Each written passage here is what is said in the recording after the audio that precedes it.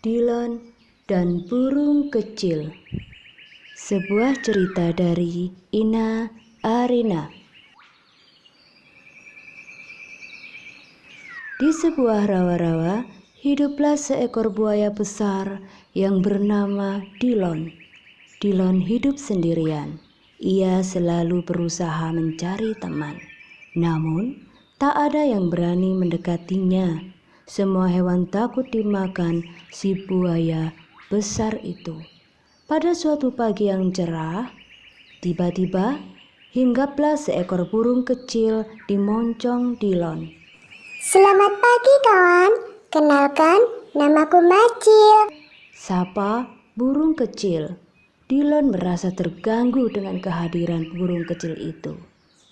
Walaupun sebenarnya Dillon senang karena ada yang menyapanya, tapi ia merasa kesal dengan keberanian burung kecil itu. Dillon pura-pura tidak memedulikan kehadiran si Macil. Pergilah burung kecil, jangan ganggu aku, nanti kamu kumakan. Gertak Dillon. Namun Macil tidak peduli dengan gertakan Dillon.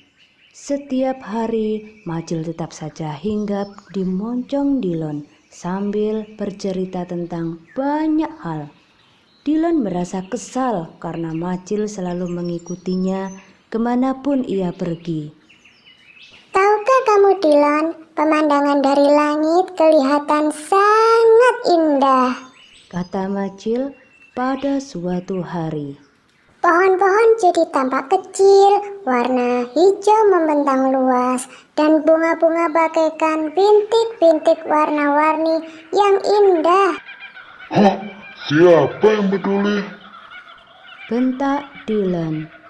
Jika kamu terus bicara, aku akan memakanmu, Macil. Ancam Dillon. Mulut Dillon terbuka lebar dan siap melahap si burung kecil. Tidak, kamu jahat. Teriak Macil ketakutan. Karena tidak melihat langkahnya, tiba-tiba Dillon terpeleset dan jatuh ke dalam rawa. Saking paniknya, Dillon sampai tak bisa berenang. Padahal dia kan seekor buaya yang bisa berenang di air. Namun kakinya meronta-ronta seperti hendak tenggelam. Tolong aku. Dillon, berenanglah ke daratan, gunakan kaki-kakimu. Teriak Macil sambil ikut-ikutan panik. Mendengar teriakan itu, Dillon tersadar. Ia kan buaya. Kenapa buaya bisa lupa cara berenang ya? Sesampai di darat, Dillon merasa kelelahan. Dillon, bagaimana bisa seekor buaya lupa berenang? Kata Macil kesal. Dillon hanya terdiam. Pipinya bersemu merah karena menahan malu.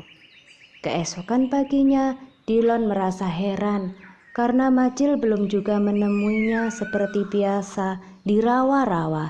Dillon mencarinya kemana-mana, namun belum juga burung itu ditemukannya. Dillon merasa bahagia sekali saat Macil tiba-tiba muncul setelah beberapa hari menghilang.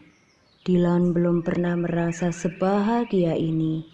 Ia menyimak semua cerita Macil tentang petualangannya selama beberapa hari ini. Macil bercerita tentang pemandangan alam yang dilewati selama perjalanannya, tentang gunung-gunung yang hijau, sungai yang berkelok-kelok, bunga-bunga nan indah, serta masih banyak lagi. Aku ingin bisa terbang sepertimu, Macil, agar bisa melihat pemandangan indah dari atas sana. Ucap Dillon berangan-angan. Itu mudah Dillon, aku punya ide hebat. Kata Macil bersemangat. Balon udara, ide hebat, Macil. Teriak Dillon bahagia saat dia sudah bisa mengudara dengan balon udara yang dibuatnya bersama Majil.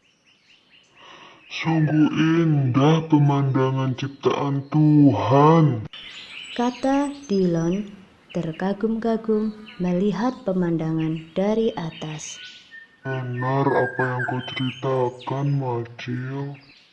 Majil terbang mengiringi balon udara Dillon, melewati hutan hijau, sungai yang berliku-liku, dan padang bunga yang berwarna-warni.